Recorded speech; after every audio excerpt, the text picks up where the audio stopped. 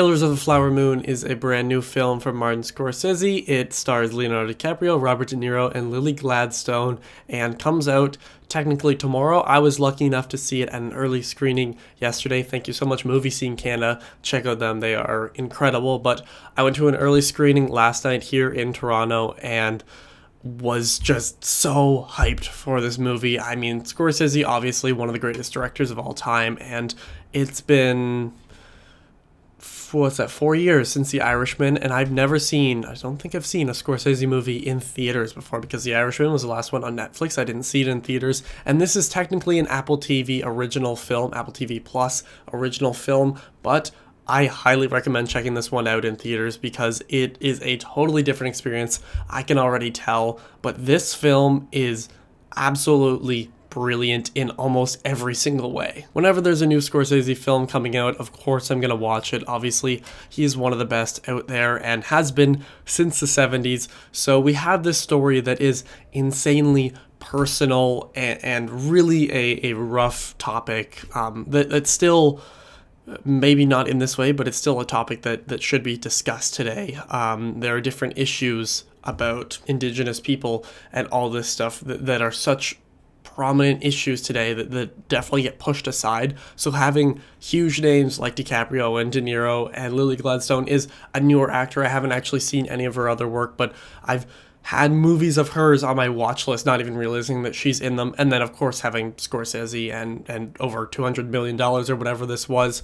It's an important topic. It's a very important movie. And as I mentioned, it's absolutely brilliant. No surprise here, but going into a 3.5-hour movie in the theater was something that honestly I wasn't too worried about, because obviously Scorsese makes long movies, but in my opinion, this film felt like maybe a 2.5-hour, 2-hour, 45-minute movie because of how fast it goes by, because of how interested you are in it. For me, the first act, I have zero issues with. The second act, I think there was a little bit too much downtime. I would cut maybe 20 minutes from the movie overall, 25 at most. But again, in that second act, there are just a few scenes that feel like they're just adding on stuff that isn't fully necessary, but in the end it does work out. And then the third act is just incredible, but obviously I'm not talking spoilers here. But as I said there, this film is super long, and it's something that's totally going to turn people off from watching it. They're like, oh, why does a movie need to be 3.5 hours long? Actually, my friend I saw it with said that would have been a really good 2-hour movie, but I completely disagree, because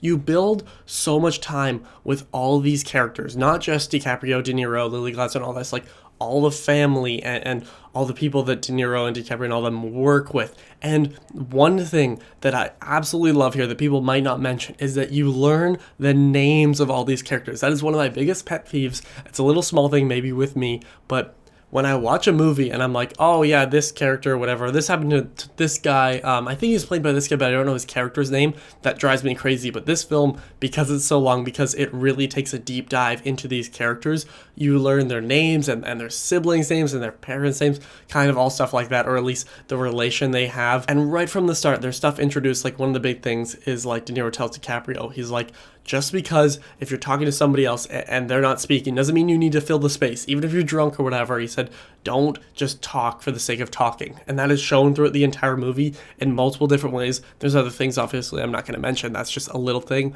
But this film is so intense, yet there's a lot of downtime, kind of as I mentioned, and it still has this kind of impending doom feeling to it, which sounds extreme, but I mean, it's such a heavy topic of all these murders, and obviously the FBI coming and examining it and really trying to solve it after the police do nothing about it. But I gotta talk about the acting, because obviously when you have a Scorsese movie, you're gonna talk about the acting because it's absolutely brilliant. Leonardo DiCaprio is truly the biggest, most important character of the film. His earnest character is just, it's conflicting watching him, because you're doing such awful things, but you can see in his mind that he has to do some things because he doesn't know what to do. He's coming back from war, and his first thing is, yeah, I'm going to work with my uncle. He doesn't know what to do, so he's doing some stuff that's bad. And then you have De Niro, who really is making peace with a lot of people, you think, but truly he's pulling the strings behind this all. And then Lily Gladstone, who is very much observant. Her character is looking, going, are you doing this for the sake of this? Are you doing, again, it's stuff I can't really get into. Even there, I'm like pushing the line up. That's the basic plot, but kind of pushing the line of that stuff that's introduced very early on. But she's smart, and everybody else that's in it is great. I mean, Jesse Plemons is in it. He's amazing. He's always amazing. Brendan Fraser. There's so many people I could go down the list, of course, but all the acting is so smart, and so much of it comes from just this. And the main thing is Lily Gladstone. She deserves every bit of recognition, that's the word, there we go, that she can get, because she acts so much just with this.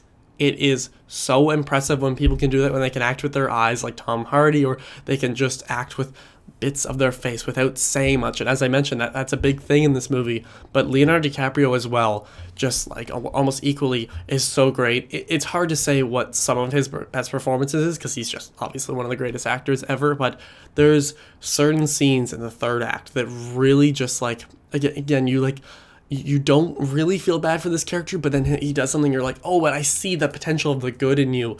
And there's one scene that's a one take towards the end, and you see like his lip quiver, and it's just like little stuff like that that's so good. De Niro, I heard the people beside me talk about, oh, if De Niro just does the De Niro thing, I'm gonna hate it, but no, he does not. He definitely goes farther, and the subtle accent he has, it that really everybody has, but the subtle accent is so smart. I got to be careful of what I say. I obviously want to talk about these people, but I don't want to talk too much about some of the other characters and their roles, because obviously it could give away spoilers. And we got free posters at the screening, which was really great. And again, thank you Movie Scene Canada for that. And of course, it's a Scorsese movie, so it looks great, not only in the camera movement, which is so smart. When I'm watching Scorsese movies, I mentioned the same thing with Mike Flanagan, and I do the same thing with Tarantino and Nolan and, you know, all the big names, that I kind of, I'm not gonna say psychoanalyze this like I did with Fall of the House of Usher, which I have a review of already up. There's 2 videos on that, but you know, I'm really thinking in my mind, oh, okay, the camera's on this rig and the camera's moving to this rig, and I'm thinking of it like that, but it's just so brilliantly told through visually, but the writing is just, I'm not going to say it's a tight movie, because obviously 3.5 hours, so it's not something that's tight, but it's just constantly engaging. And even those scenes I said, yeah, maybe you could cut them a bit, they still do add to the characters. But the whole Scorsese thing of his whip pans are absolutely amazing to show the violence, and the way they use violence in this movie is definitely less than your average Scorsese movie, but that makes the scenes of violence more impactful. And the way he whips to introduce a character in a scene or anything, that is amazing. And the color grading, I mean, it really took this film from being a good looking movie to taking something like Mud and making, you know, the known gross color and just everything with Mud, you know, it makes it beautiful in a way, just because of how it's color graded, and the blues and just the browns and everything, like the wood on some of these houses, because obviously this takes place in the 1920s,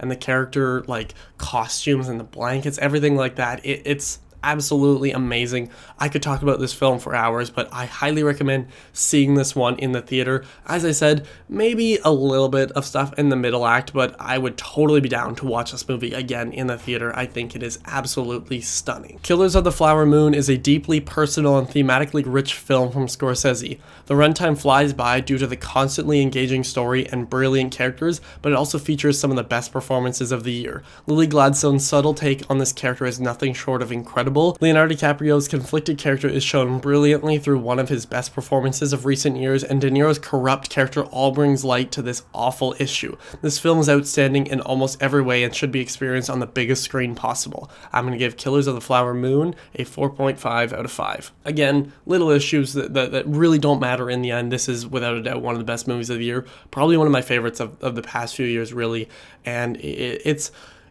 a little bit different for Scorsese. I mean, he has done films that are like completely different. Yes, it still feels like a crime drama, almost Western in a way, but it tells such an important story that, again, is still something that is relevant today for many reasons, and it's something that other people besides myself could give a much deeper and better analysis of, so I'll leave it up to them. But I highly recommend it. Go support this movie. If you want to sit at home and watch it, that's totally okay. I mean, it's coming to Apple TV Plus for a reason, but I would recommend seeing it in the theater. And if you've seen it already, let me know what you think of it down below. What's your favorite Scorsese movie of the last 10 years? I'm interested in that, and thank you all for watching. I will see you guys next time. Over and out.